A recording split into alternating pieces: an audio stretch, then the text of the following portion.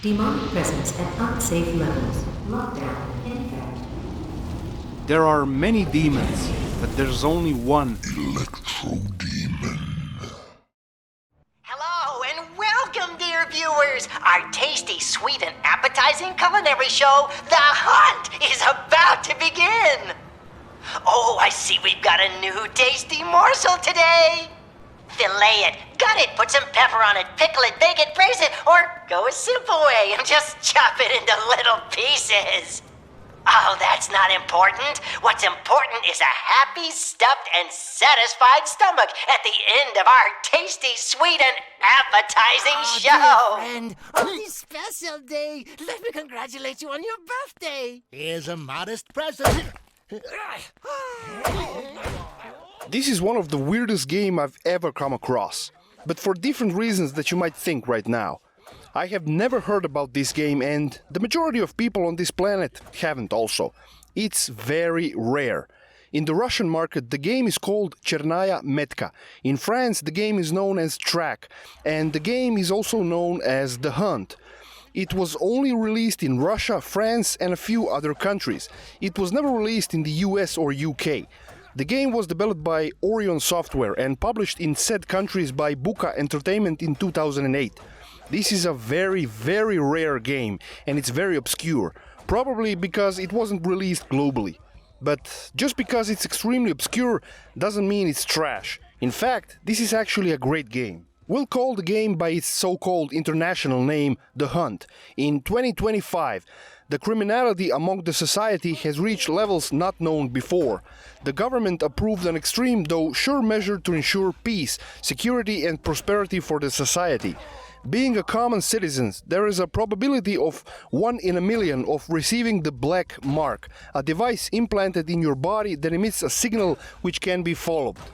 If you are marked, you have become the main star of The Hunt, the degeneration into a TV show of the governmental cleaning action. So, you as a player have been marked and you're hunted down by criminals, gangs, and other lowlifes. It's a great story and it's told primarily through comic book-like screens, while the game is loading new levels. The voice acting is surprisingly good. But enough about the story, let's talk about the gameplay. This is a first-person melee action game. You have to fight to survive. Your primary way of killing enemies is with melee weapons. Pipe, plank, machete, knife, axe, wrench, crowbar, baseball bat and other similar weapons. You attack with left mouse button and block enemy attacks with right mouse button. Simple but very effective. The combat can be a bit janky when there's multiple enemies, but it's manageable.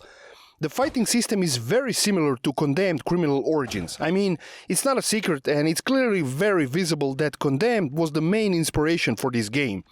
It's very similar, not just because of the melee first-person combat, but the tone, locations and general vibe seems to be extremely similar to Condemned. There's even a stealth system at play here. You can sneak up behind an enemy and perform an execution. This can be a good method to use sometimes because it evens out the odds. One of the main things you can do in The Hunt is to place bets. You bet that the next 3 enemies you will kill is with stealth instead of fighting them directly. And similar things. Very interesting mechanic. And you'll need the money. You can use the money to purchase armor, health items and other items. You buy these items at vending machines. Just don't forget to pick up items from the machine after purchasing them. They don't automatically transfer into your inventory. The level design is pretty awesome too. It's find a key or having the right weapon to open the door. Sometimes you need to use a crowbar or an axe to open the door. I like that there's an animation for these interactions. It's a small detail, but it's cool to see. I like the doors that require a wrench to open. In the animation, you use the wrench to unscrew the bolt and open the door.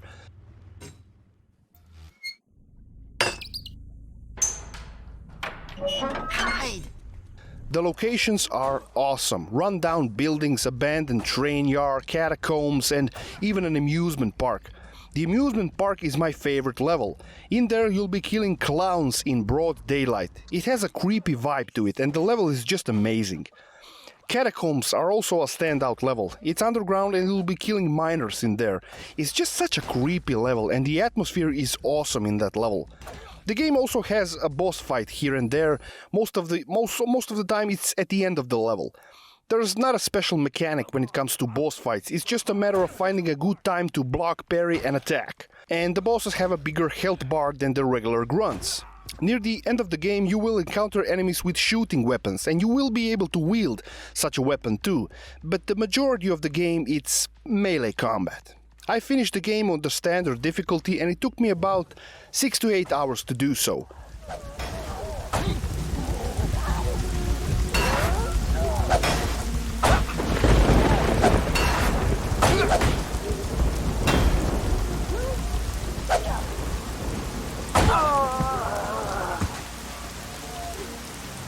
Graphically speaking, for its time, 2008, this game looks pretty amazing. I'm not sure what engine the game is using, but it looks pretty great. Even today, shadows are especially good in this game. The game uses the physics API from NVIDIA and there's better physics in this game than in 99% of modern games. I acquired the game in its French state, but there's a translation available online. After applying the translation, the dialogue is in English and item descriptions, menus are also in English. There is an odd Russian or French word here and there that the translation didn't translate, but it's nothing to fear. It's completely playable and it doesn't hinder the experience in any way.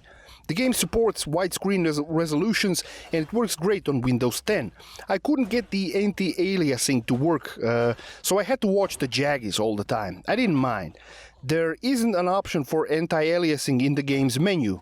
Maybe there's a workaround, but I didn't research that. Like I said, I didn't mind the jaggies at all. This game is basically abandonware. There's no official support from the developer or the publisher, and it's very hard to get a game copy because this is an extremely underground game. There's the option to download it from the web like I did. I'm not sure about the legality of this, but there simply isn't a different way. I tried searching eBay for a copy, but I found jack shit. So there's that. I forgot to mention the music in this game. I don't know who did the soundtrack, but it's amazing. It ranges from moody, horror, creepy, ambiental, etc. Take a listen.